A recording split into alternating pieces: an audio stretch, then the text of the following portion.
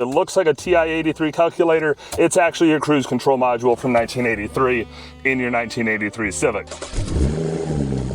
Welcome back to The Other Mechanic. Today we are going to review my 1983 Honda Civic that I bought so you don't have to. Actually not true, I bought it so you couldn't buy it. It's from 1983. It's 10 years before the best year, the year I was born. It's also the car that made Michael Jackson do the moonwalk. Keep watching, I'll tell you why. This is a second generation Honda Civic that ran from 80 to 83. This is the final year of production. US Civic production did not start until 1986. So all of these bad boys are made overseas, and that's probably why they're reliable. This thing is absolutely tiny. It makes a Honda Fit look big. It's really a Honda Fit before the Honda Fit, that's what I think. Honda Fit, probably the best car ever made. This, I guess, a close second. The second gen is super boxy, super 80s looking, which I do really love. 80s. Sealed beam headlights on both sides. Everything is metal. Pinstriping. Extendable antenna. Car wash mode.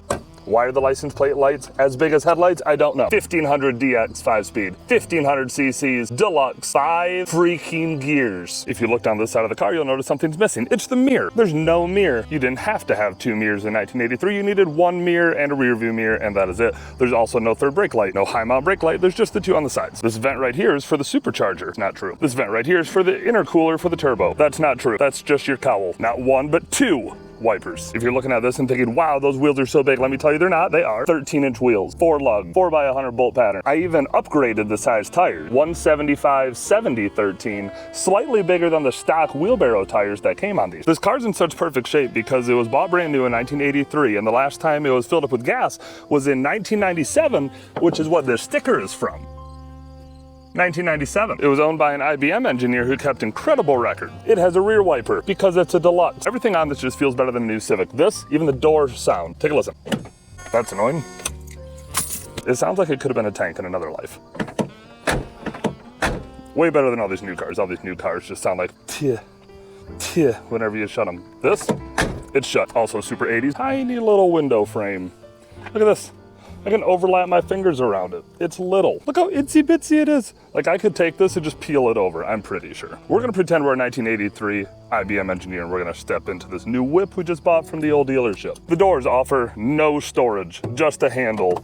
A metal door handle with a lock and a crank. A window crank. Whoop.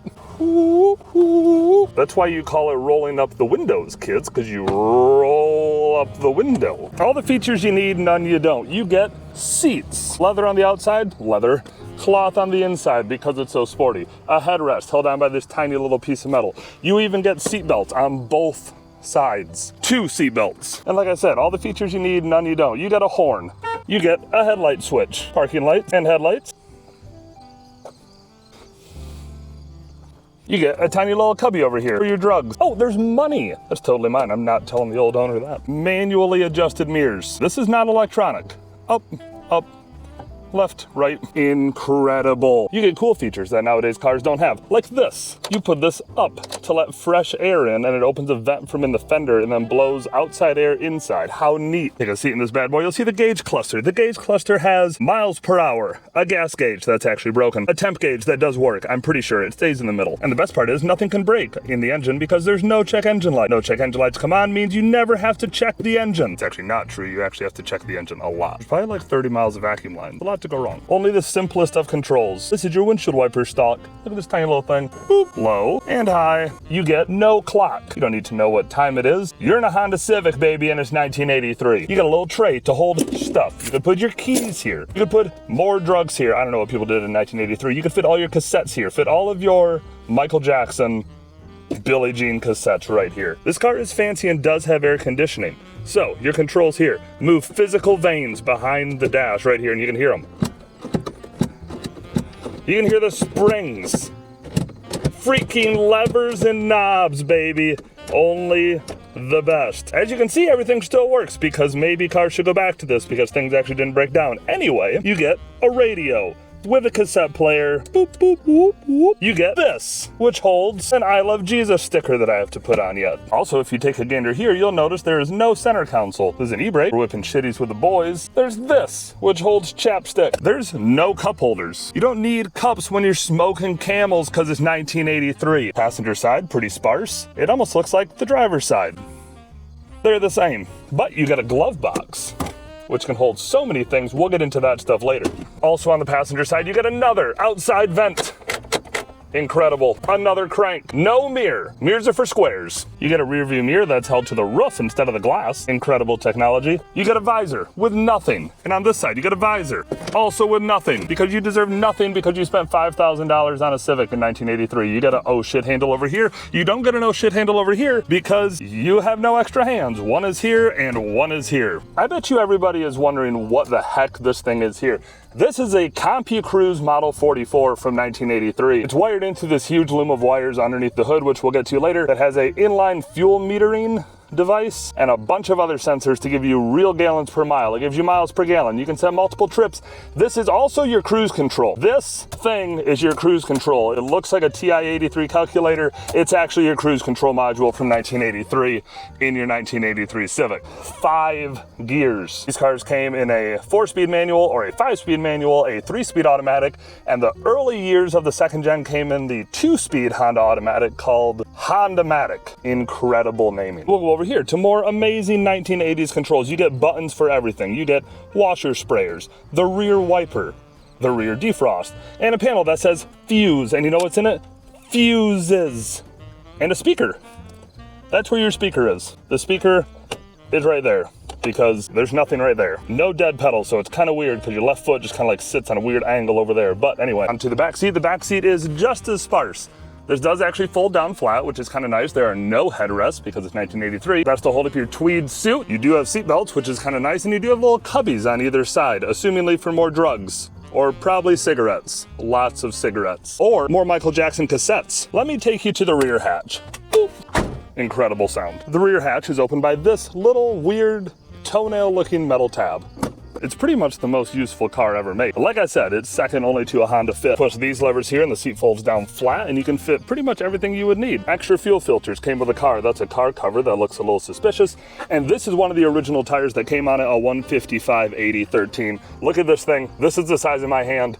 This is the tiny little tire. This was actually the tires that were on it when I bought it was the second set of tires, which were purchased in 1996 for $13 a tire at a Kmart tire place. I don't know. That's crazy because I spent $130 on these garbage Kumos because nobody makes 13s anymore. There's a light in the back. Look at the light.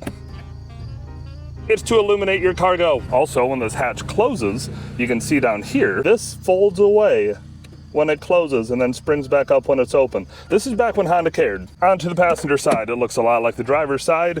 The only difference is here we have a block-off plate, another lever to get into the back seat. No difference over here. Let me show you what came with this thing. This little booklet came with the car, and the guy kind of like serial killer vibes, you know? Anyway, he wrote down every single time he filled up with gas. Incredible. That's the amount to fill up. $11, $7, 6 gallons for $7. That's a little bit over $1 a gallon, people. Also, what came with the car is this. Came with the car.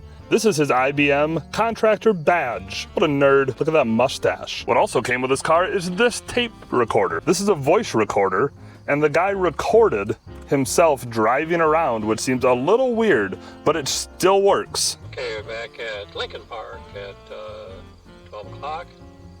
Mileage is 64. Who does that? Kind of weird. I think the guy was a spy. One more thing I totally forgot about the rear hatch is you can open the back windows here like an old minivan. How neat is that? Vented rear windows. And also, washer fluid in the rear. You'd fill up in the rear to spray out of the rear. Incredible engineering, Honda. Incredible. All right, let's pop the hood so you guys can see what 67 horsepower looks like. The hood opens forward, which is like the coolest thing. It's so neat. And then you take this little prop rod. Boop, ta-da. 67 whopping horses. Ponies, baby. 67 of them. That's the AC compressor, which is about as big as the engine is. The engine starts here and goes to here. It's about as big as the air filter. And then the transmission's over there on the side along with the distributor. And like I said, 18 miles of vacuum hoses I measured. This is the inline fuel metering device for the CompuCruise Model 44 mounted on the floor like I mentioned earlier. There's the cruise control servo, the big doodad that holds the throttle cable here that holds your throttle at a certain speed. These cars came with 2 engine options. You could get a 1300 or a 1500cc. This is the 1500cc. The 1300cc is made 50 horsepower. That's low. This one makes 67 horsepower. It's like lightning. Now the car only weighs 1,680 pounds. So it still has a 0 to 60 of about 10 seconds, which is on board with the first gen Fit. Right there's the flux capacitor. There's the distributor, that's actually the ignition coil. It kind of looks like a flux capacitor, that's what I think. And there's a whole bunch of hoses and a whole bunch of other doodads because this is the CVCC engine that Honda made. The CVCC engine has essentially 2 combustion chambers inside. It has a small combustion chamber that leads into the normal combustion chamber to run a really lean mixture and then mix it with a rich mixture, which gave it incredible efficiency and incredible miles a gallon. These will get about 40 miles a gallon or so. And the first few years of these, they didn't actually need a catalytic converter because they were so efficient. Every other car back here in the 70s and 80s, the fuel crisis and stuff, they had V8s that were making 150 horsepower and had so much emissions garbage in it that you couldn't even see the engine. This didn't even need a catalytic converter. Incredible. This also only takes like 3 quarts of oil because that's all you need when you have a tiny little motorcycle engine that's smaller than a Goldwing motor. Boop. Incredible Honda. Did I mention those are 13s? They're like the size of a wheelbarrow. It also has freaking mud flaps, like actual mud flaps. Not like all the new cars, these little splash guards. Actual mud flap, built for people who need to get from A to B forever. All right, you ready to take this little girl for a drive? Here we go. Ready, here we go. That's as far away as I can get you because the car is pretty small and you're mounted all the way on the other corner of the windshield and it just makes me look like I'm 1,000 pounds, but I'm 6 foot, 300 pounds, and it's a little snug. Yep, lovely little key. This beef just gets me. Oh, just a buzz. It's perfect. Okay, here we go. Give her a little pump on the gas. Whoo! Here we go, baby. Parking brake down. Okay. There's no power steering. And really, you don't need it. Like I said, the thing weighs 1,680 pounds. That's without me in it. So about 2,000 pounds with my fat ass in it. Let's see here. Oh, got to adjust my mirror. No power steering. The steering wheel is so thin. Like, I can literally hide the steering wheel behind my thumb. That's how skinny this thing is. Oh, we're gonna put on our seatbelts because it's a luxury item here. Nope, okay, car coming. If you can see a car from either direction, it's too close. So we're gonna do kind of like a rolling 0 to 60. You ready? Okay, here we go. And floor it. Second. Third. 55. 60, baby, that's right. It's a blast to drive. If you can see this, like, look how tiny these little pillars are. It's like you're riding around in a fishbowl, pretty much. There's no blind spots. I know that's kind of hard to believe, but it's essentially just a whole lot of panes of windows with vinyl everywhere. Everything is vinyl and it makes me really happy. I'm up here in Michigan and all of these have rotted out by now. So it's actually a survivor. It's a bunch of fun. Like I said, the power steering is great. You can just like toss it back and forth. The suspension's so like droopy and lazy. It's super fun. You can just slam through the gears. This shifter here is like 1.5 feet tall. It's incredible. It feels like I'm driving a frickin' Peterbilt. There's a map light up here. Well, I guess a map light. A dome light? It's a dome light that's also a map light. It's the everything light because it's the only light inside the car. If you don't follow or you're not subscribed yet, you should. And I'll keep making more of these lovely review videos of kind of weird cars. This is the end of the video. I am now going to jam out to whatever's on the radio at whatever station this is. Okay, so you're probably wondering, how did the 1983 Civic make Michael Jackson moonwalk? Well, Michael Jackson moonwalked in 1983, and I guarantee somebody on his crew drove a 1983 Civic, and if they didn't, and they drove a less reliable car and it broke down, then maybe the show couldn't have gone on, and Michael Jackson then wouldn't have been able to perform and do the moonwalk to Billie Jean. I think that's pretty factual. The other thing you see here is a CB radio. That's from General Electric from 1983. Maybe not 83. It looks more like the 90s. Maybe it's from the 90s. It's a CB radio, and it even freaking works. I can talk to truckers because I have a 2-foot shift knob like truckers do. That's why it's in there. I don't actually know why. Anyway, but it came with the car.